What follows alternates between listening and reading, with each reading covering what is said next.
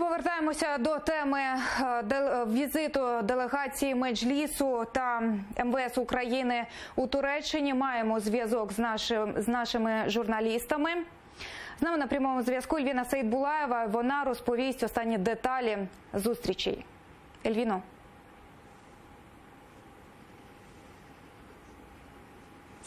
Боротися разом проти кіберзагрози та тероризму домовилися тут, в Анкарі, очільники МВС України та Туреччини. Вони підписали спільний меморандум серед головних завдань – обмін досвідом та взаємна допомога. Цей документ став результатом кропіткої роботи силових відомств України та Туреччини. 1,5 години за зачиненими дверима українська турецька команда оголошує про свої результати.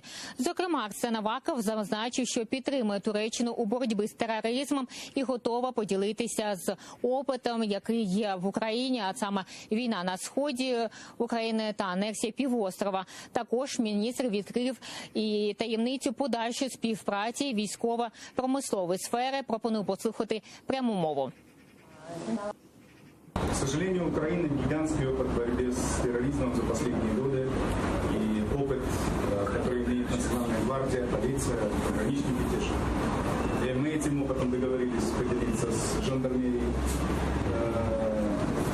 турецкой и договорились кое-какие совместные учения. То есть военно-техническое все, что мы договорились, я не скажу. Но мы имеем там прорывные разговоры, я думаю, что очень хорошо. Участь в роботі делегації взяв також і голова Державної прикордонної служби України Петро Цихикал. В ході візиту домовилися і про співпрацю прикордонних відомств. Вони спільно патрулюватимуть та боронитимуть морські кордони у Чорному морі. Окрему увагу делегати приділили і тему Криму. Українська сторона подякувала турецькій за безкомпромісну політику щодо невизнання анексії Криму Росією. Тема російської окупації українського півострова стала ключовою під час зустрічі з українською делегацією з кримсько-татарської діаспори.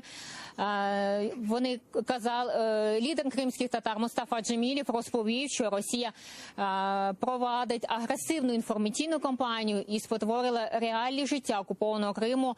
Пропоную послухати пряму мову Мустафи Джемілєва.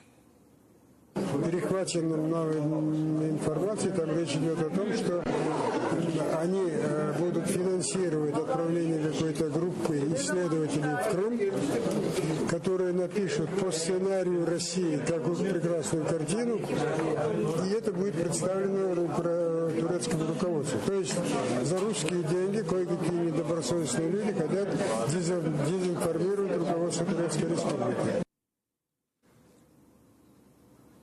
Ситуацію із безчинством російського окупаційного режиму в Криму Мустафа Джемілєв планує також обговорити завтра під час перемовин з міністром юстиції Туреччини. Поки ця вся інформація на даний час. Студія.